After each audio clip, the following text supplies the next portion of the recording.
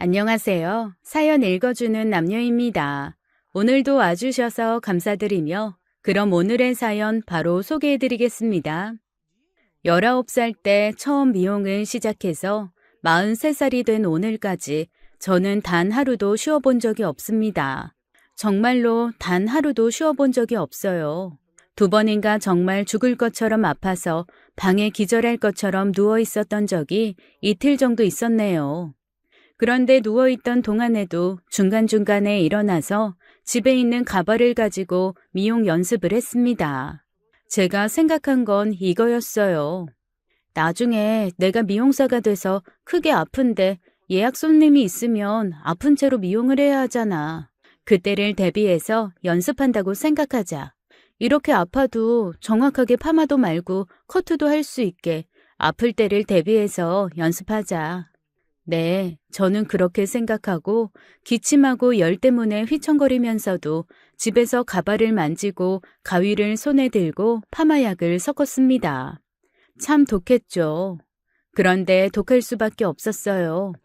알코올 중독 아버지는 제가 중학교 때 가정폭력을 휘두르시다가 결국에는 유치장에 가셨고요.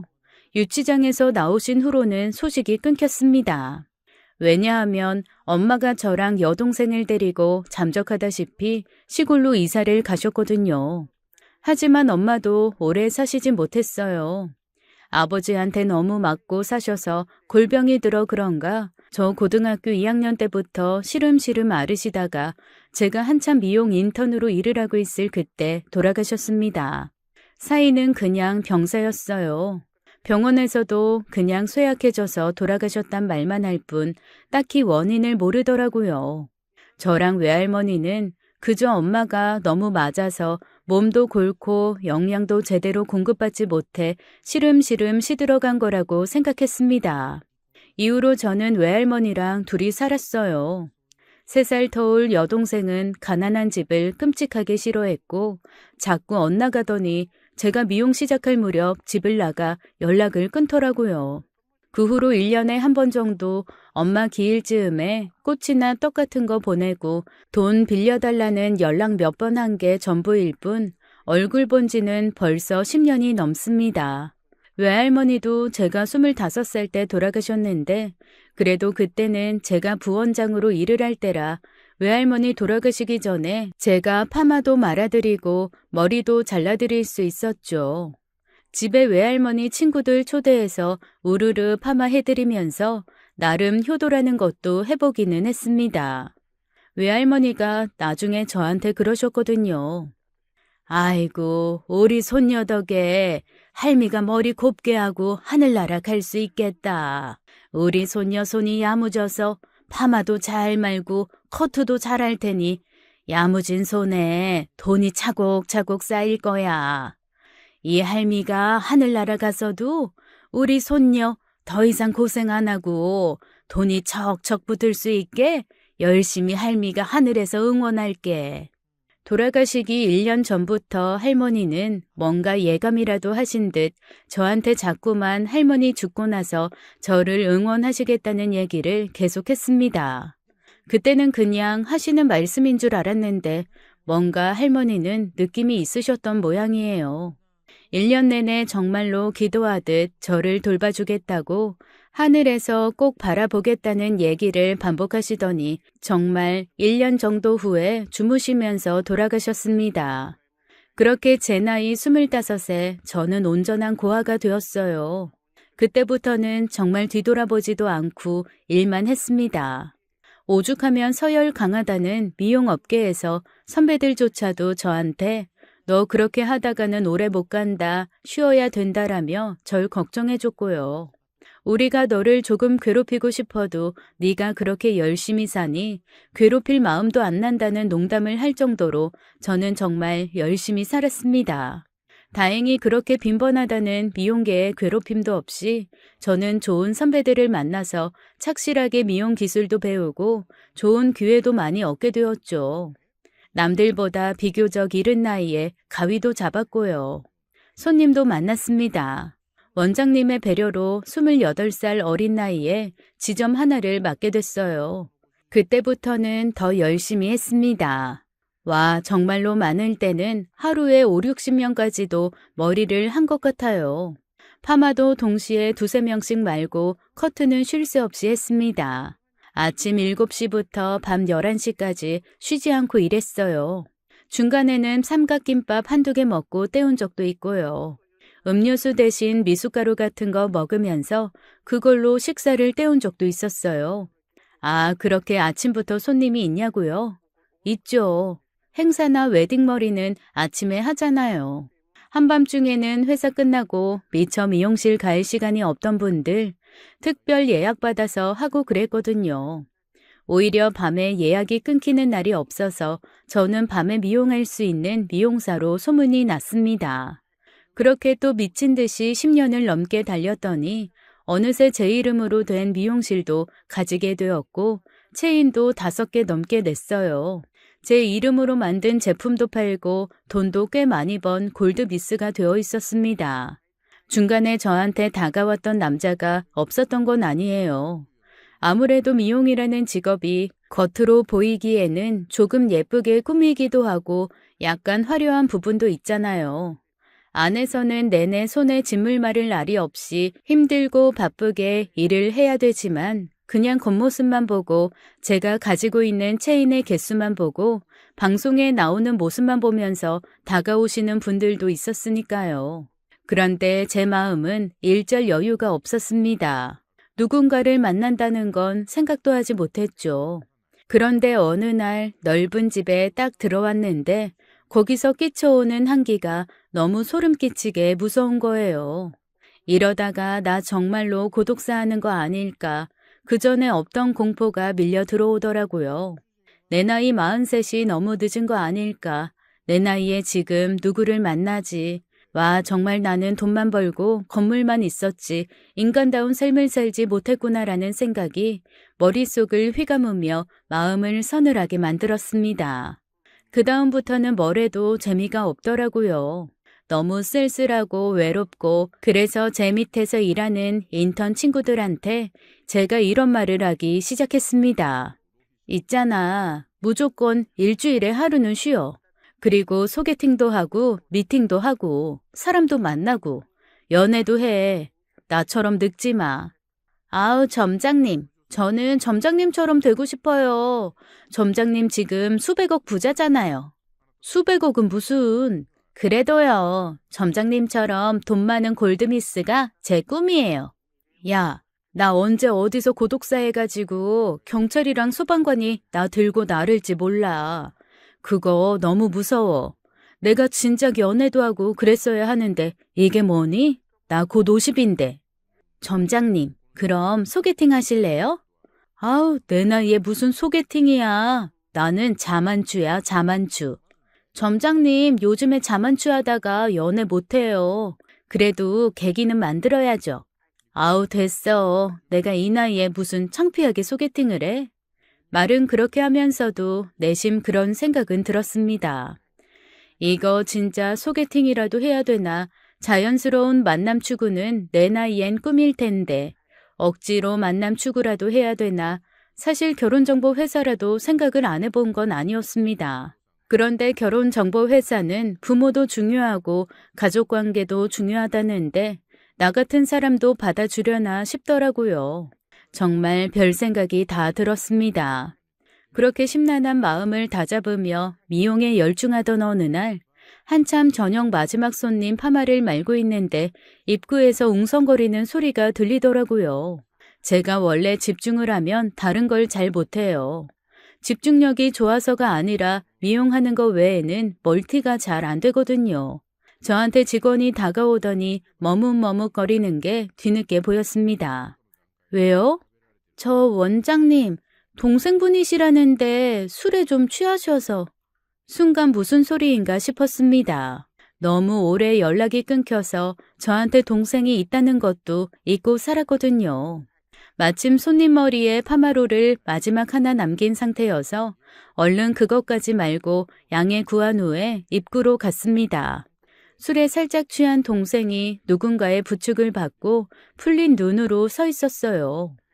너 우와, 잘 나가는 우리 언니 얼굴을 내가 여기서 이렇게 딱 보네.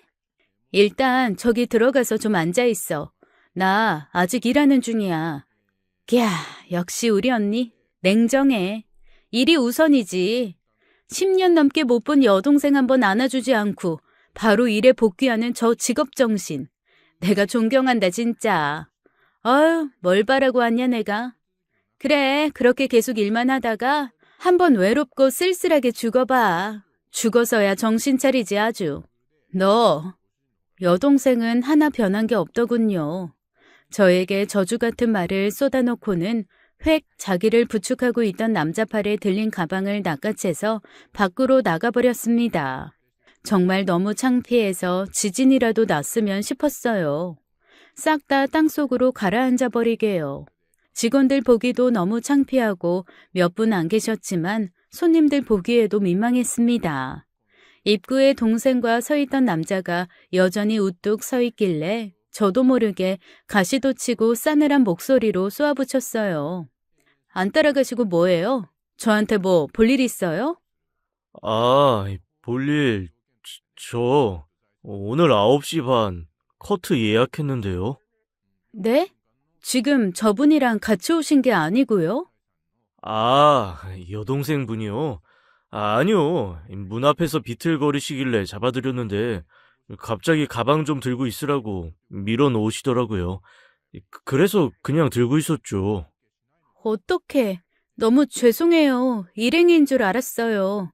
고객님이신 줄 몰랐습니다. 여기로 오세요. 저 커트 하신다고요? 네, 그냥 알아서 잘라주세요. 제 평생 가장 정성 들여 한 커트였던 것 같습니다. 마지막 손님이었기도 했고 동생과 일행인 줄 알고 세상 쌀쌀맞게 오해했던 것이 미안해서 저는 커트 후에 혹시 시간 괜찮으시냐고 묻고 두피 스파까지 서비스로 해드렸어요. 제가 너무 죄송했어요. 오늘 커트 값은 안 받을게요. 에이, 죄송해서 두피 스파 해주셨잖아요. 고급 인력이 수고해주셨는데 돈은 당연히 내야죠. 커트값 받으셔야 앞으로 저 또 올 수 있어요. 그러니까 받으세요. 끝까지 얼마나 매너가 좋던지 그 손님은 커트값을 긋고 지불하고 나섰습니다. 동생이 왔다 간 1시간 반이 얼마나 긴장의 연속이었는지 손발이 다 덜덜 떨리더라고요. 그 후로 1년 좀 넘게 동생은 제게 찾아오지 않았습니다. 그리고 그 커트 손님은 2주에 한 번씩 꼬박꼬박 커트 예약을 하고 샵을 찾았고요. 그쯤이었어요. 제가 그 사람을 의식하고 마음에 두고 있다는 것을 깨달은 거죠. 아마 제가 예전같이 마음을 열지 않았으면 조금도 눈에 들어오지 않았을 텐데 어떡하든 연애도 하고 싶고 외롭고 하니까 그 사람이 저한테 보내는 눈빛이 느껴지더라고요. 그런데 알고 보니 이미 몇 개월 전부터 제 주변 사람들은 다 알고 있었는데 저만 몰랐더라고요. 일단 제 마음이 움직였다는 걸 느끼고 나니 그의 행동 하나하나가 범상치 않았던 것이 새삼 떠올랐습니다. 올 때마다 그는 제게 뭔가 물어보고 준비하려고 했습니다. 라떼 좋아하시냐? 자기 회사 앞에 맛있는 라떼집이 있는데 자기가 머리 자르러 올 때 사갖고 오겠다는 얘기도 했었고요. 제가 삼각김밥으로 대충 먹는 거 보고 삼각김밥보다는 그래도 주먹밥이 조금 더 건강하지 않겠냐며 자기가 백화점 지하에서 파는 주먹밥 좀 사다 줄 수 있다는 얘기도 한 적이 있습니다. 제가 미숫가루를 식사 대용으로 먹는 걸 보고는 왜 파우치에 물이나 우유 넣고 흔들면 한 끼 식사되는 그런 것들 있잖아요. 그걸 한번 선물해 주신 적도 있었습니다.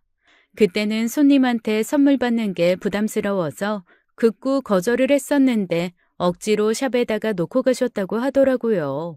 그래서 아무 생각 없이 직원들이랑 다 나눠 먹었거든요. 직원들이 그때 그러더라고요. 저 손님 아무래도 우리 원장님 좋아하는 것 같아요. 원래 한 달에 한 번만 해도 되는 커트 자꾸 2번씩 오고 와서 괜히 안 해도 되는 영양펌 이런 거 하고 트리트먼트도 괜히 비싼 돈 주고 받고 아무래도 이상해요. 분명 원장님 만나러 오는 거예요. 그래서 제가 그때는 쓸데없는 소리 하지 말라고 퉁박을 줬었거든요. 그런데 제 마음이 그렇게 한번 호로록 풀어지고 나니까 그 사람이 하는 행동 하나하나가 예사롭지 않게 보이기는 하더라고요. 그래서 어느 날 제가 미친 짓을 했죠. 손님이 와서 또 머리를 자르면서 혹시 좋아하는 음식 있으시냐, 다음에 올 때 자기가 사다 주겠다고 하길래 저도 모르게 그러지 말고 그냥 같이 먹자고 했죠. 그랬더니 그분이 눈이 동그래져서 깜짝 놀란 채로 진짜냐고 묻는 겁니다. 제 주변에서 같이 일 도와주던 직원들도 다들 놀라서 눈이 땡그래지고 손님은 더 놀라고 제가 얼마나 민망했는지요. 하지만 한번 뱉은 말 다시 주워 담을 수 없잖아요. 언제 시간 되실 때 같이 식사하세요. 그날 저희 샵은 난리가 났습니다. 원장님이 드디어 핑크빛 삶을 시작하기로 했다느니 손님이 10번 찍어 안 넘어가는 나무 없다는 속담을 드디어 우리에게 실현시켜서 보여줬다느니 우리 원장님 10번 찍어서 안 넘어가는 나무가 아니었다. 1년을 찍어야 넘어가는 나무였다느니 정말 못하는 말들이 없더라고요. 그러면서 젊은 친구들이 어찌나 저한테 잔소리를 하는지 립스틱은 무슨 MLB라나 뭐라나 난생 처음 들어보는 무슨 말린 장미 색깔을 발라야 한다는 둥, 볼터치는 이거 말고 약간 은은하게 은빛 도는 걸 하라는 둥, 자기네들이 메이크업과 헤어를 해주겠다는 둥 아주 난리 부르스였습니다. 얘들아, 내가 알아서 해. 나 그래도 미용실 원장이야. 내가 설마 나 못 꾸미겠니? 원장님, 원래 중이 제 머리 못 깎는 거예요. 저희가 머리 예쁘게 해드릴게요. 자연스럽게. 우리 자연스러운 드라이 되게 잘해요. 원장님한테 배웠잖아요. 그러면서 극구 저를 매장 의자에 앉히고 자연스럽게 드라이를 한다. 눈썹을 예쁘게 그린다. 마스카라 말고 속눈썹을 붙이네 어쩌네 난리들을 치더라고요. 어쨌건 그렇게 샵 직원들이 꾸며준 모습을 하고 약속 장소에 나갔습니다. 그런데 참 두근거리기도 하고 설레기도 하고 떨리기도 하고 내가 나이 43에 이게 뭐하는 짓인가 싶으면서도 이제야 이런 기분을 느끼는 스스로에 대한 안타까움도 몰려왔어요. 그리고 그날부터 저는 그 사람과 연애를 시작했습니다. 손님으로 만났던 그는 조용하고 얌전했지만 사석에서 만난 그는 유쾌하기도 하고 눈치도 빠르고 나름 센스도 있더라고요. 어쩜 제가 원하는 걸 그렇게 착착 맞추는지 제 마음은 금방 허물어져 버렸습니다. 많은 남자를 만나본 건 아니었지만 남자가 이렇게 센스가 있고 눈치가 빠르다고 느낀 건 처음이었어요. 저도 나름 손님을 대하는 직업이라 눈치도 빠르고 사람들 사이에서 일어나는 일에 대한 내공도 없는 편은 아니거든요. 그리고 일찍부터 고생을 해서 고난에 대한 근육이 없는 것도 아니고요. 그런데 그런 제가 봐도 이 사람은 너무나 괜찮은 사람이었습니다. 적어도 제 눈에는요. 저한테 그러더라고요. 제가 7살이나 어린 거 알아요? 네, 많이 연하죠. 그런데 어차피 나이 들면 7살 차이 그렇게 큰 거 아니잖아요. 똑같이 70 됐다고 했을 때 77살이랑 70살이랑 나이 차이 나는 거 별로 못 느낄 거거든요. 사실 이 얘기를 듣고 저는 소름이 돋았습니다. 할머니가 돌아가시기 전에 제가 할머니에게 했던 말이랑 너무 똑같았거든요. 당시에 노인정에서 나이 어린 할아버지가 할머니 좋다고 쫓아다니신 적이 있어요. 그때 할머니가 어린 놈의 시키가 건방지게 누나 넘 본다고 장난스럽게 그러시길래 제가 할머니한테 젊었을 때나 나이차 예민하지 나이 들면 70이나 77이나 거기서 거기라고 그냥 할아버지 마음 받아주라고 했었는데 그 말을 그대로 하는 거예요. 그럴까요? 정말 나이 괜찮아요? 나는 정말 나이는 숫자에 불과하다고 생각해요. 만약에 불편하면 그냥 저한테 오빠라고 해요. 제가 정신 연령을 8살쯤 높여볼게요. 아니 어쩜 말 한마디를 해도 이렇게 귀여운가요? 사실 저는 미용만 알았지 다른 사회생활에는 무지하거든요. 그런 저보다 훨씬 어른스러웠습니다. 저 사실 솔직히 말하면 인터넷 뱅킹도 잘 못해서 여전히 직원들 월급도 은행 가서 직접 이체합니다. 저를 몇십 년째 보고 있는 단골 은행이라서 당연하게 해주기는 하지만 사람들이 들으면 다들 안 믿죠. 아니 인터넷 뱅킹에 폰뱅킹이 팽배한 시대에 누가 월급날 아침부터 은행 가서 하나하나 계좌번호 알려주고 돈 보내달라고 하겠어요. 그 정도로 제가 세상 물정을 몰라요. 비행기표 한번 제 돈으로 사본 적이 있나, 지하철을 한번 제대로 제가 타본 적이 있나, 정말로 무식하게 살았거든요. 집도 미용실 본점 위쪽에 있는 단칸 원룸에서 살고 있어서 살림도 없고요. 유일하게 부동산 계약하는 것만 알아요.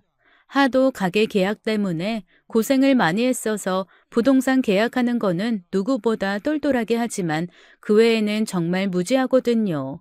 그러니 그 남자가 얼마나 제가 봤을 때 이것저것 다 훌륭해 보였겠어요. 제가 볼 땐 척척 박사 이상이었습니다. 그렇게 연애한 지 3개월 정도 지났을 때 그가 저한테 그러더라고요. 나 시간 낭비 더 하고 싶지 않은데. 그냥 우리 결혼할래요? 결혼이요? 우리 결혼해요. 집은 그냥 내가 지금 살고 있는 집으로 들어오고 혼수도 크게 할 필요 없어요. 우리 어머니도 당신 얘기 듣더니 그냥 빨리 엄마 돼주고 싶다고 일단 데리고 오래요. 그러니까 우리 결혼해요. 아무 부담 갖지 말고 내가 외조를 잘할 수 있을지 모르겠지만 지금처럼 당신 일에 집중하면서 승승장구할 수 있게, 하지만 외롭지 않게 옆에 든든한 버팀목 되어줄게요. 나랑 결혼합시다. 눈물이 나더라고요. 그의 얘기를 듣는데 드디어 외롭고 쓸쓸한 내 인생에 한 줄기 빛이 들어오나 보다라고 생각을 했죠. 그렇게 저희는 만난 지 3개월 만에 결혼 약속을 하고 6개월 만에 결혼을 했습니다. 시어머니는 너무나 세련되고 멋진 분이셨어요. 제가 저희 매장에서 머리를 한번 해드리겠다고 했거든요. 그랬더니 딱 이러시는 거예요. 가족들 들락거리기 시작하면 직원들한테 말 나와. 돈을 받기도 애매하고 안 받기도 애매하잖아. 난 차라리 다른 매장에 가서 제 돈 주고 머리 할래. 우리 며느리가 내 머리 만져주는 거 맘 안쓰러워서 나는 못 본다. 와, 이 얘기를 듣고 전 정말 감동의 도가니였습니다. 보통 제 미용하는 친구들 불만이 그거거든요. 사돈의 팔촌의 친구의 그 친구까지 미용한다고 하면 다들 들러붙어서 할인해달라, 공짜로 해달라, 서비스해달라 조른다는데 저희 시어머니가 그렇게 딱 잘라서 말씀하시는 거 보고 우리 시어머니 진짜 남분이다라는 생각을 하고 감탄을 했습니다. 그래서 제가 억지로 시어머니 집에서 그래도 가장 가까운 저희 지점 50% 할인 쿠폰 하나를 드렸다니까요. 그것도 극구 안 받으시려는 거 제가 어머니 며느리가 그래도 운영하는 회사인데 이 정도는 해드려야 저도 낯이 섭니다라고 제가 읍소하다시피 전해드렸습니다. 어머니, 예단도 아무것도 안 받겠다고 하셨는데 제가 어머니 머리 50%도 못 해드리면 그게 며느리예요?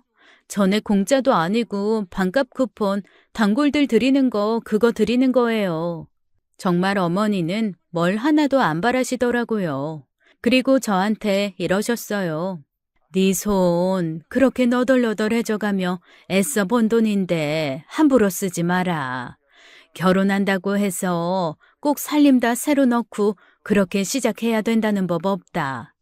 그렇게 함부로 쓰면은 하늘에 계신 너희 할머니랑 부모님 너무 슬퍼하실 거야. 그러니까 돈은 네가 쓰고 싶은데 쓰고 일단 나는 내 아들 결혼시키는 거니 내가 할 수 있는 거 그냥 기쁜 마음으로 해줄게. 내가 내 며느리한테 선물하는 건 내 자유니까. 그러니 보석 2개만 네가 고르고 싶은 거 골라봐라. 그리고 네 살림 사고 싶은 거 있으면 사되 무리하지 말고 나한테 뭐 해줄 거는 생각도 하지 마.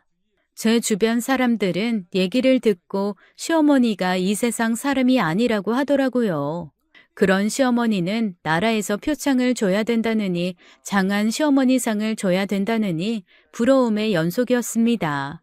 이때까지 열심히 살아온 복을 시어머니로 다 받는다며 정말 칭찬 일색이었죠. 결혼식 때 시어머니는 한복도 자기 돈으로 해 입으시고 오히려 제 한복을 예쁜 걸로 해주셨어요. 이렇게 말씀하시면서요. 딸내미 들어오는데 내가 한복 한 벌은 해 입혀야지. 정말 제가 몸둘 바를 모르겠더라고요. 그런데 남편이 그러는 거예요. 혹시 괜찮으면 신혼여행 갈 때 어머니도 같이 가도 되냐고요. 그런데 거기서는 제가 좀 이상했습니다. 아니, 신혼여행을 가는데 왜 어머니를 모시고 가지라는 생각이었죠. 그런데 남편이 뒤에 이렇게 얘기하더라고요. 꼭 같은 데로 가자는 게 아니고 우리가 신혼여행 가 있는 동안 엄마도 여행 한번 보내드리자는 얘기였어. 그러면서 하는 말이 어머님이 원래 여행을 좋아하시는데 비행기 타는 걸 무서워해서 누구랑 같이 비행기를 타지 않으면 아예 비행기를 못 타신다고 하더라고요. 혼자서는 비행기를 못 타시는 거죠. 그래서 늘 남편이 모시고 다녔는데 남편도 바빠지면서 근 10년을 비행기를 한 번도 못 타셨다는 거예요. 그니까 이번에 우리 신혼여행 가는 김에 그냥 비행기 옆자리에만 어머님을 태워서 호텔도 그냥 다른 호텔 잡아드리고 오는 날 비행기만 맞추자고 하더라고요. 그런데 좀 그렇잖아요. 같은 나라를 가고 같은 지역을 가는데 호텔도 다르게 하고 비행기만 왔다 갔다 한다는 게 가족끼리 그거 너무 이상하잖아요. 그래서 제가 그랬습니다. 아니, 어차피 방 따로 쓸 거면 어머님도 그냥 같은 호텔 잡아드리고 관광도 한두 개는 같이 하지 뭐. 저녁에만 따로 있으면 되지. 어머님 모시고 가자. 그건 아닌 것 같아. 그때 남편이 저한테 그러더라고요. 이런 며느리가 세상에 어딨냐. 우리 엄마 진짜 복 받았다. 제가 그랬습니다. 아니야. 어머님이 나한테 해주신 게 훨씬 커. 이 정도도 못 해드리면 내가 며느리도 아니지. 저는 정말로 그렇게 생각했습니다. 그래서 얼결에 신혼여행을 시어머니랑 셋이서 가게 되었죠. 그랬더니 남편이 그러더라고요. 넌 바쁘니까 내가 그냥 처음부터 준비 다 할게. 아무것도 신경 쓰지 마. 어차피 패키지로 몇 개 관광하는 거 하고 거기에 한두 개만 엄마 참여하고 나머지는 우리끼리 다닐 거야. 엄마랑 우리랑 다른 패키지로 놀 거니까 뭐 한두 개 정도 겹치는 건 상관없지. 상관없어. 호핑 투어 같은 거는 같이 가도 될 것 같고. 섬 투어는 우리끼리 가고 엄마는 뭐 그 시간에 마사지 잡아드리고 그런 식으로 조금 바꾸면 되니까. 뭐 어쨌든 그러면 내가 알아서 할 테니까 아무 신경 쓰지 마. 바쁘잖아. 내가 준비할게. 그 말이 너무 고마웠습니다. 안 그래도 결혼을 앞두고 정말 바빴거든요. 결혼하고 신혼여행 가는 동안 예약 손님을 못 받으니 그 전에 할 수 있는 한 최대한 단골 손님들 예약을 소화해야 했고 마침 지점도 하나 더 내야 하는 터라 지점에 갈 직원들 교육도 해야 했습니다. 정말 눈코 뜰 새 없이 바빴는데 결혼 준비며 신혼여행 준비며 다 남편이 알아서 해준다고 하니 저는 너무너무 고마울 따름이었어요. 게다가 시어머니도 얼마나 저를 신경을 써주시는지 일 다 끝나고 녹초가 돼서 집에 가면 시어머니가 놓고 가신 반찬이랑 갖은 영양제 약 이런 것들이 냉장고에 차곡차곡 쌓여 있을 때가 많았습니다. 그리고 시어머니가 다정하게 쓰신 쪽지도 함께 말이죠. 어떤 거는 냉장고에 있다, 뭐는 냉동실에 넣어놨다, 이 즙은 언제 꼭 챙겨 먹어라, 주먹밥 만들어서 얼려놓은 거는 하나씩 갖고 가서 매장 전자레인지에 데워 먹어라 등등 엄마가 실제로 딸을 챙겨주는 것처럼 그렇게 알뜰살뜰 챙겨주셨습니다. 그래서 저는 늦은 결혼에 늦은 신혼여행이긴 했지만 어머님 모시고 가는 것이 그다지 신경이 쓰이진 않았어요. 이렇게까지 잘 챙겨주시는데 신혼여행 가서 어머님이 저희를 방해하실 것 같진 않았거든요. 어머님도 세상에 이런 며느리 없다, 시어머니 비행기 태워준다고 신혼여행에 시어머니 데리고 가는 며느리가 어딨냐, 내가 정말 복이 많다라며 너무 행복해 하셨습니다. 그리고 저희가 충분히 비용을 내드려도 되는데 시어머니가 먼저 그러시더라고요. 비행기 같이 타주는 것도 고마운데 너희 비행기 값도 내가 내마라고 말이죠. 그래서 저희 신혼여행은 시어머니가 비행기 값까지 다 내주셨습니다. 그렇게 결혼하고 신혼여행 출발하는 날 시어머니는 저희한테 최대한 방해가 안 되려고 멀찍이 떨어져 계시더라고요. 저는 그게 더 죄송하고 마음이 쓰여가지고 어머님을 자꾸 챙겨드리게 됐고 남편은 저한테 굳이 그러지 않아도 된다고 엄마는 혼자서 잘하신다고 자꾸만 저를 말렸습니다. 그래서 저는 비행기에서 그냥 시어머니 옆에 앉아서 손을 꼭 잡아드리는 것만 했죠. 시어머니가 정말로 비행기를 무서워 하시더라고요. 그래도 비행기 내리면서 시어머니가 저한테 그러셨습니다. 아우, 내가 다시 비행기를 탈 수 있을 줄 몰랐어. 그래도 우리 며느리가 이렇게 손잡아주고 하니까 하나도 무섭지 않더라. 고마워. 지금부터는 너희끼리 좋은 시간 보내. 아니에요, 어머님. 어차피 저희랑 호핑 투어는 같이 가세요. 이 사람이 호핑 투어는 저희 셋이 오붓하게 가는 걸로 예약했대요. 사실 호핑 투어는 여럿이 가야 좀 더 싸잖아요. 그래서 제가 그럼 단체로 가는 거냐고 물었더니 남편이 그래도 신혼여행인데 단체로 가는 건 좀 그렇고 셋만 오붓하게 가는 호핑 투어로 예약을 했다는 겁니다. 저는 호핑 투어 정도는 어머님과 함께 가도 별로 무리가 없을 것 같아서 좋다고 했었고요. 신혼여행 첫날 밤이 지나고 다음날 저희는 어머님과 함께 호핑 투어를 떠났습니다. 남편이 예약한 호핑 투어는 개인이 하는 것 같았어요. 인상이 무서운 선장님이 개인 배를 가지고 나오셨더라고요.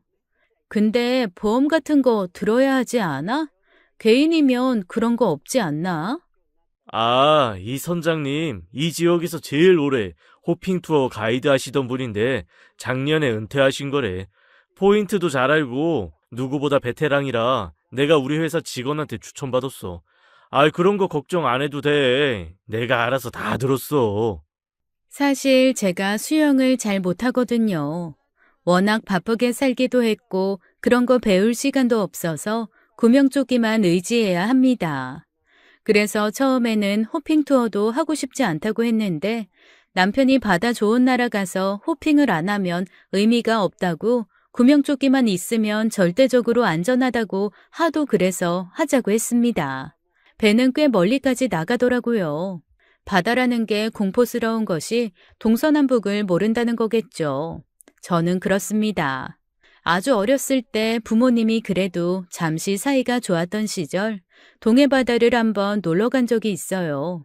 고무 튜브를 빌려서 바다에 둥둥 떠서 놀고 있는데 어느 순간 사람들이 안 보이고 부표 옆에서 제가 파도에 밀려가고 있더라고요.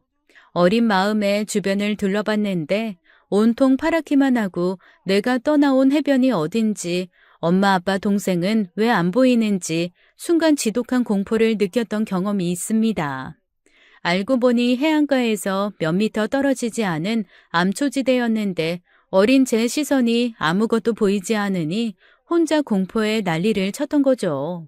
그날 이후로 사실 바다가 무섭거든요. 호핑 투어를 가서도 흔들리는 배가 무섭고 주변에 아무것도 없는 풍경이 무서워서 배 가운데 혼자 앉아 있었습니다. 선장이 자꾸 바다를 손으로 가리키며 들어가라고 했지만 영 엄두가 나지 않았습니다. 그런데 어머님이랑 남편은 바닷속을 들락날락하면서 아주 잘 즐기더라고요. 남편이 그걸 보고 저한테 그랬습니다. 여기까지 와서 계속 그렇게 배에만 있으면 너무 아쉬우니까 잠깐이라도 들어와. 자, 내가 잡아줄게. 예, 어차피 조끼 때문에 둥둥 뜨고 얼굴만 살짝 넣어도 신세계가 펼쳐진다. 그 말에 간신히 용기를 내서 바다로 내려갔습니다. 솔직히 너무 무섭더라고요. 특히 바다에 넘실거리는 느낌이 별로 기분이 좋지 않았어요. 하지만 남편이 계속 바다를 즐겨보라며 저를 잘 끌어주었고 천천히 바닷속으로 고개를 집어 넣었습니다. 세상에 텔레비전에서만 보던 신세계가 정말 거기에 펼쳐져 있더라고요. 어찌나 파랗고 투명한지 안에서 논이는 물고기에 해초들, 깊은 곳에 가라앉은 오래된 배까지 모든 것이 신기하고 신비로웠습니다. 햇빛이 등을 따스하게 데워주니 물도 차가운 걸 모르겠더라고요. 오히려 배에 있을 때보다 훨씬 더 몸도 따뜻하고 어딘지 모르게 아늑했습니다. 입에 문 호스 때문에 숨 쉬는 것도 불편하지 않으니 어느새 저는 바닷속의 신비한 광경에 정신이 팔려 혼자 여기저기 돌아다니며 정신없이 구경을 했어요. 난생 처음 보는 광경에 넋을 잃은 거죠. 그렇게 한참을 보다가 바다 밖으로 나왔는데 어라, 아무도 없는 거예요. 어쩐지 뭔가 부릉부릉 하는 소리가 들려서 저는 배가 살짝 움직이는 줄만 알았거든요. 그런데 아무리 찾아도 주변에 배가 없었습니다. 너무 당황했어요. 그 망망대해에 저 혼자 둥둥 떠 있는데 갑자기 공포가 밀려오더라고요. 어렸을 때 느꼈던 공포가 고스란히 다시 몰려왔습니다. 주변을 아무리 둘러봐도 배도 없고 남편도 시어머니도 안 보였어요. 순간 오만 생각이 다 들었습니다. 아까 부릉부릉하는 소리가 혹시 배가 잘못된 거였나? 그렇다면 왜 나를 안 불렀지? 내가 바닷속에 있어서 저 소리를 못 들었나? 대체 이게 무슨 일이야? 너무나 당황한 저는 바다에 뜬 채로 팔다리를 허우적거리기 시작했습니다. 아무리 구명조끼를 입었다 치지만 바다에 익숙하지 않은 제가 허우적거리니까 자꾸 입 안으로 물이 들어오더라고요. 입에 물이 들어오니 공포심은 더 커지고 공포가 커질수록 팔다리는 더 빠르게 허우적대기 시작했죠.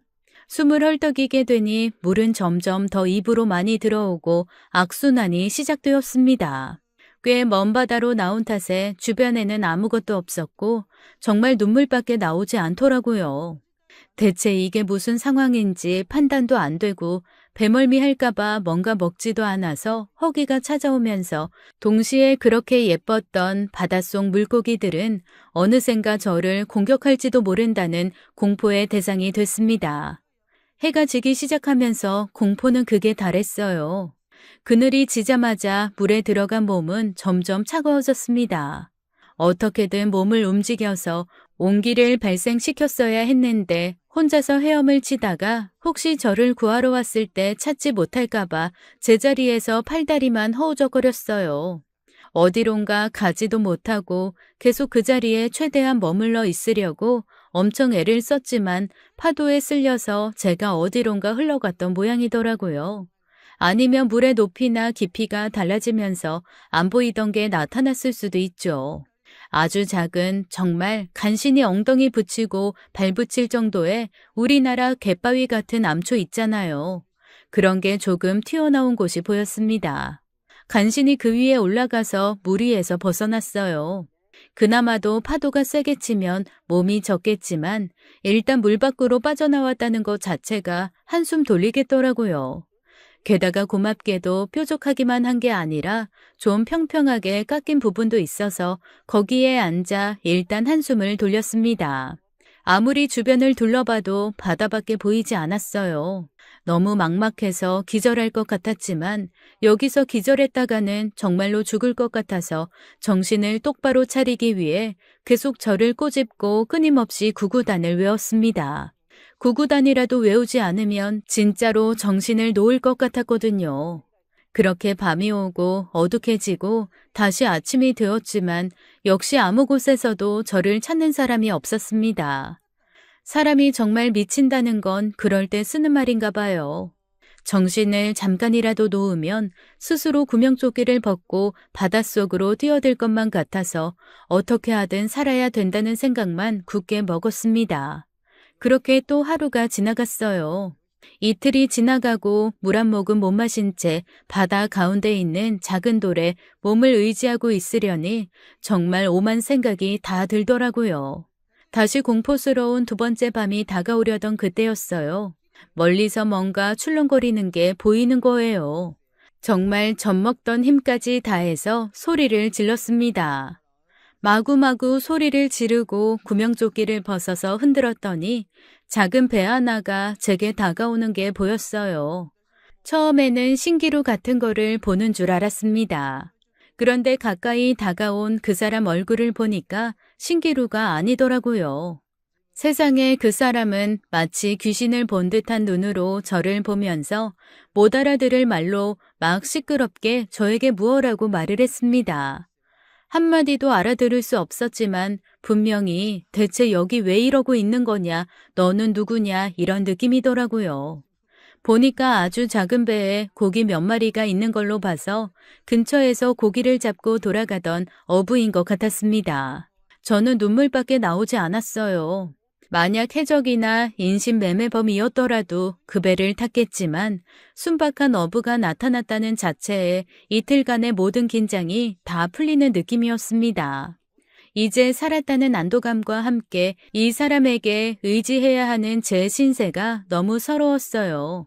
그렇게 펑펑 울고 있었더니 그 사람이 너무 당황하며 자기가 잡았던 물고기를 바다로 다 던져놓고 저한테 자리를 마련해 주더라고요. 제가 한국말로 육지까지만 가면 어떻게든 보상해 드릴게요 했지만 그 말이 통할 리가 있나요? 그 사람이 얼른 일단 배에 타라는 신호를 했습니다. 기억나는 거라고는 호텔 이름밖에 없어서 호텔 이름을 얘기했더니 그가 고개를 끄덕이더라고요. 그러면서 뭔가 손으로 길게 뻗었다가 도리질을 했다가 하늘을 가리켰다가 하는데 무슨 말인지 하나도 알아들을 수가 없었습니다. 하지만 그가 배를 댄 작은 섬에 도착하고 나서야 그 말이 무슨 말인지 어렴풋이 이해할 수 있었어요. 제가 묵고 있던 호텔이 있는 섬은 여기서 그 배로 갈 수 없을 만큼 멀리 있었던 겁니다. 하긴 보통 호핑 투어는 20-30분 내외 바다로 간다고 알고 있었는데 저는 2시간 반을 배를 탔거든요. 속으로 이 시간이면 부산에서 후쿠오카도 갔을 시간인데 이렇게까지 멀리 나오나 하고 생각을 했었으니까요. 남편한테 원래 이렇게 멀리 나오냐고 했을 때 그는 선장님만 알고 있는 프라이빗한 곳으로 데리고 가는 거라고 이거 특혜라고 했었고 저는 그 말을 믿었습니다. 저를 구해준 어부는 자기 집으로 저를 데리고 갔어요. 그리고 생선 비린내가 가득한 스프를 한 그릇 떠주더라고요. 평소 같으면 절대 먹지 못했을 비린내 가득한 스프가 어찌나 맛있던지요. 제가 허겁지겁 한 그릇을 다 비우자 그가 그렇게 썩은 이를 보이며 씩 웃는데 제 눈에는 그 얼굴이 영화배우, 모델, 탤런트 다 합친 것보다 잘생겨 보였습니다. 말이 통하지 않아 손짓발짓을 섞어 소통했지만 그는 생각보다 눈치가 빨랐고 저 역시 눈치가 없는 건 아니어서 꽤 많은 정보를 주고받았어요. 제가 묵은 호텔에 있는 그 섬은 여기서 배로 40분 정도를 가야 하고 내일 아침 10시에 그 섬으로 가는 큰 배가 떠나는데 그걸 타고 갈 수 있게 해주겠다는 거였습니다. 그러면서 한쪽 구석을 가리키며 저기서 자라고 하더라고요. 자기는 밖에서 자면 된다고 말이죠. 제가 뭐라 할 새도 없이 그는 저한테 이불인지 거적인지 모를 천조각을 하나 주고 쿨하게 밖으로 나가 나무에 매달린 해먹 위로 올라가 누웠습니다. 잠이 올 것 같지 않았지만 자라고 하니 일단 그 구석에 누웠어요. 그런데 웬걸 머리를 대자마자 긴장이 풀렸는지 골아 떨어졌나 봐요. 그 선장이 저를 흔들어 깨울 때까지 한 번도 깨지 않고 아주 깊이 잤거든요. 그는 아침에 망고 하나를 까서 절 먹게 하더니 큰 천을 하나 주면서 두르라고 하더라고요. 하긴 정신 차리고 보니 신혼여행 때 입겠다고 큰맘 먹고 산 비키니 차림이었습니다. 그가 준 천으로 이집트 석상처럼 몸을 가리고 그 위에 구명조끼를 입어 천을 고정했어요. 그리고 선장을 따라 선착장으로 갔습니다. 선착장에 도착해서 큰 배의 선장에게 그 사람이 뭐라고 말을 하니 큰 배의 선장도 깜짝 놀란 얼굴로 저한테 고개를 설레설레 하더라고요. 배를 타기 전 저는 이 섬의 이름을 물어보고 저를 구해준 선장의 이름도 물었습니다. 그가 웃으며 안 가르쳐 주길래 손에 있던 다이아 결혼 반지를 빼서 쥐어줬어요. 깜짝 놀라며 고개를 마구 젓는 그 사람에게 Thank you, this is real 다이아 라고 또박또박 말하고 억지로 반지를 쥐어줬어요. 그렇게 저는 거의 이틀 반 만에 호텔로 돌아왔습니다. 호텔에 돌아왔더니 호텔 프론트 직원이 너무나 깜짝 놀라면서 저한테 그러는 거예요. 제가 영어가 짧아서 다 알아듣지는 못했지만 제 남편이 와서 체크아웃을 했고 아내는 먼저 떠났으니 아내의 짐은 자기가 가져가겠다라고 일제히 짐을 챙겨서 호텔을 나갔다는 겁니다. 그래서 자기는 너희가 싸운 줄 알았다. 대체 어떻게 된 거냐고 하더라고요. 저는 우선 한국어가 되는 매니저를 불러달라고 했습니다. 그리고 경찰도 불러달라고 했죠. 워낙 한국인이 많이 오는 호텔이다 보니 한국인 매니저가 있더라고요. 놀라서 달려나온 매니저에게 저는 자초지종을 말했습니다. 아무래도 저를 일부러 버리고 간 것 같아요. 저는 그 선장을 반드시 찾아야 하고 한국으로 돌아갈 방법도 찾아야 됩니다. 손님, 정말 많이 놀라셨죠? 일단 경찰 불러드릴게요. 그리고 옆에서 통역도 끝까지 도와드리겠습니다. 대사관 연락도 제가 대신할게요. 혹시 그날 CCTV를 볼 수 있나요? 저는 매니저의 도움으로 CCTV를 볼 수 있었습니다. 남편과 시어머니는 허둥지둥 호텔로 들어와 30분쯤 뒤에 짐을 모두 챙겨 나가더군요. 그리고 호텔 로비에서 기다리고 있던 선장에게 두툼한 봉투를 건네주었습니다. 곧 경찰이 왔고 저는 마지막 남은 미련에 혹시 실종신고가 된 것이 있냐고 물었어요. 경찰이 고개를 젓더라고요. 제가 바보죠. 그쯤 됐으면 남편이 이상하다는 걸 눈치챘어야 하는데 그때까지만 해도 일단 호텔에서 벗어나 경찰이나 대사관에게 도움을 청해 나를 찾으려고 하는 게 아닐까 하는 생각을 했습니다. 그런데 이후에 만난 대사관 직원에게 물어봐도 그런 실종 신고가 들어온 건 없다고 했어요. 그제야 제 의심은 확신이 되어 머리부터 발끝까지 관통했습니다. 그 두 사람이 꾸민 일이었어요. 저는 호텔에서 찍힌 CCTV를 확보하고 임시 여권을 발급받았습니다. 그리고 제가 입고 있던 구명조끼를 증거물로 해서 배를 몰았던 선장을 찾았어요. 생각보다 선장은 가까운 데 있었습니다. 바로 옆에 섬에서 불법 도박장을 운영하는 현지인 매니저더군요. 경찰에 잡혀온 그는 저를 보고 놀라면서 뭐라고 소리를 질렀습니다. 옆에 있던 호텔 매니저가 통역을 해줬는데 자기는 잘못이 없다. 내가 한국의 범죄자라 여기에서 아무도 모르게 처단하려고 했다는 얘기를 들었다는 겁니다. 어이가 없었죠. 경찰과 대사관에서는 이건 청부살인이니 심각하게 한국 경찰의 협조를 받아야 하는 사건이라고 했습니다. 그래서 저는 일단 이 사람들이 제가 살아있는 걸 알면 한국에 저와 관련된 것들 중 많은 것이 위험에 빠지거나 어려워지니 일단 제가 귀국한 후 신변 보호부터 시작해서 차근차근 진행해달라고 부탁했어요. 다행히 대사관 직원분이 제 말을 10분 100분 이해해 주시더라고요.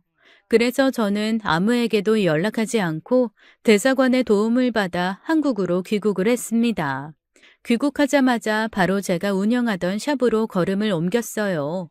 샵에 도착했더니 직원들이 퉁퉁 부은 눈으로 저를 보면서 기절하게 놀라는 거예요. 그래서 제가 왜 그러냐고 물었죠. 그랬더니 남편이 어제 와서 제가 필리핀에서 실종이 됐고 시신도 찾지 못했다며 앞으로 제가 가지고 있던 모든 사업체는 본인이 운영할 건데 매장을 정리할 수도 있고 아니면 다른 사람에게 팔 수도 있다는 얘기를 했다는 겁니다. 그러니 다들 마음의 준비를 하라고 했다는 거죠. 저는 진짜 너무 어이가 없어서 일단 제 본점 직원들한테만 사실을 얘기했습니다. 본점 직원들은 다들 저랑 10년 이상 함께 온 가족 같은 사람들이거든요. 다들 내가 사러 돌아왔다는 거 꼭 비밀로 해줘. 나 아무래도 사기 결혼에 걸린 것 같아. 내가 이 사람을 제대로 벌을 주기 위해서는 내가 살아 돌아왔다는 걸 끝까지 숨겨줘야 돼. 그러니까 다들 일단 남편이 와서 무슨 얘기를 하면 나에게 다 전해줘. 대표님, 그럼 당장 어디서 지내시게요? 저희 집으로 오세요. 저랑 같이 있어요.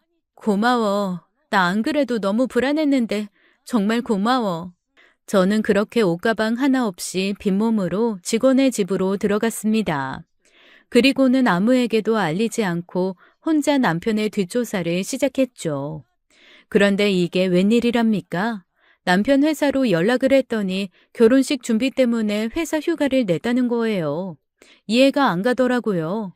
왜냐하면 저랑 결혼할 때 남편이 자기는 여러 곳에 알리고 싶지도 않고 그냥 소박하게 스몰 웨딩을 하고 싶다고 얘기를 했거든요. 그래서 가족들만 단촐하게 모여서 결혼을 했습니다. 저야 참석할 가족이 없고 여동생도 연락이 되지 않으니 매장 식구들만 참석했고요. 남편 쪽도 당연히 가족들만 모였습니다. 그래서 회사 사람들이 당연히 결혼식에 안 오는 줄 알았는데 결혼 준비 때문에 휴가를 냈다고 하니 이해가 안 되잖아요. 그래서 물어봤죠. 언제 결혼을 하셨는데요? 아, 내일 모레가 결혼식이에요. 내일 모레요? 나랑 일주일 전에 결혼한 건 뭐고 3일 뒤에 결혼한다는 건 또 뭔지 이건 분명 뭔가가 있다는 게 분명했습니다. 아, 맞다. 내일 모레죠? 아, 제가 사실 청첩장을 받았는데 잊어버렸지 뭐예요.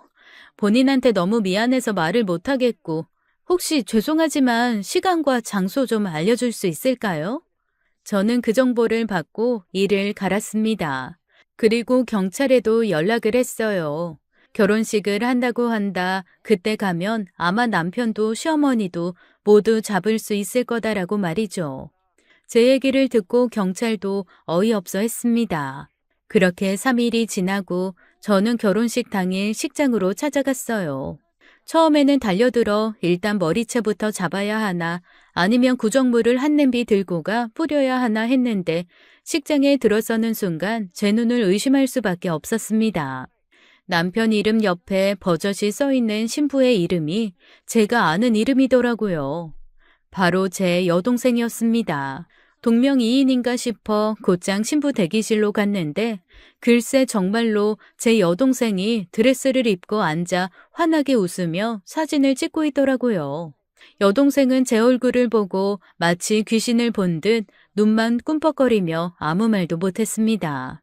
제가 어떻게 했냐고요? 바로 다가가서 웨딩드레스 다 찢어발기고 머리채 끌어서 질질 끌고 나왔죠. 그리고 제가 남편이라고 생각했던 그놈 앞에 패대기를 쳤습니다.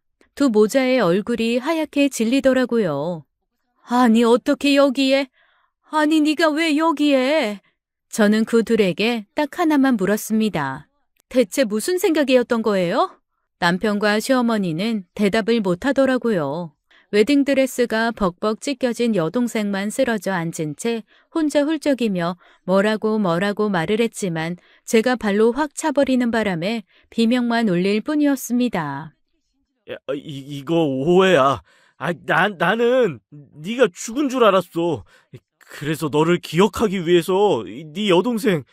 저는 바로 남편의 뺨을 올려 붙였어요. 그리고 옆에 있던 장식물을 손에 들고 후드려 패기 시작했습니다. 뒤늦게 나타난 경찰들이 절 잡고 말리지 않았으면 아마 그 자리에서 두 사람 아니 세 사람 다 기절할 때까지 맞았을 거예요. 나중에 경찰 조사로 알게 된 사실은 이랬습니다. 제 여동생과 남편은 여동생이 집 나갔던 시절에 가출팸에서 만난 사이였습니다. 둘이 연인으로 오랜 시간 지내다가 남편이 여동생에게 이별을 고했다고 하네요. 자기도 이제 신분 세탁하고 회사 멀쩡히 다니고 있으니 너 말고 돈 좀 버는 제대로 된 여자 만나서 결혼해야겠다고 말이죠. 그래서 제 여동생이 그 남자놈을 잡고 싶어서 저를 미끼로 썼던 겁니다. 사실 내 언니가 체인을 몇 개씩 가지고 있는 미용실 대표다. 언니한테 유일한 혈육이 자기라고 말이죠. 처음엔 그 말을 믿지 않다가 저랑 처음 만난 날 둘이 짜고 연기를 하면서 제가 진짜 언니인지 아닌지를 확인했던 겁니다. 그리고 저한테 계속 머리를 자르러 오면서 정말로 여동생이 있다는 것, 제가 재산이 많다는 것, 체인도 다 직영이 아니라 제가 소유하고 있고 월급 원장으로 운영하는 알짜배기라는 것을 알게 된 거죠.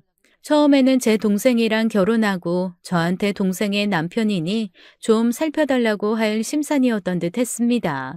그런데 가만히 보니 제가 외로워하는 것 같고 결혼도 하고 싶어 하는 것 같으니 방향을 바꾼 거죠. 제 동생보다 저를 직접 공략해서 재산을 가로채는 것으로요. 졸지에 남자친구를 잃게 된 동생이 펄펄 뛰었지만 저랑 금방 이혼하고 재산만 들고 와서 다시 자기랑 결혼하겠다는 말을 믿었답니다. 그 멍청한 기집애가요. 그 이후로는 제가 아는 대로 일이 진행되었던 거였죠.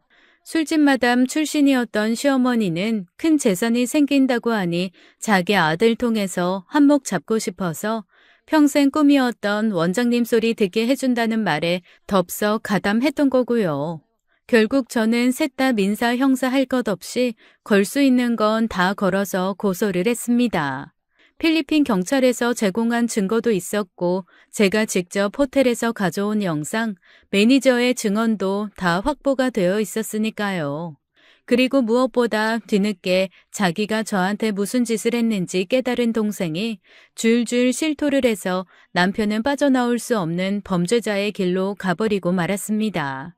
하지만 저는 셋 다 용서할 생각이 없었어요. 핏줄도 없는 셈 치려고요. 그 셋이 아주 철저하게 벌을 받을 때까지 강력하게 응징을 했습니다.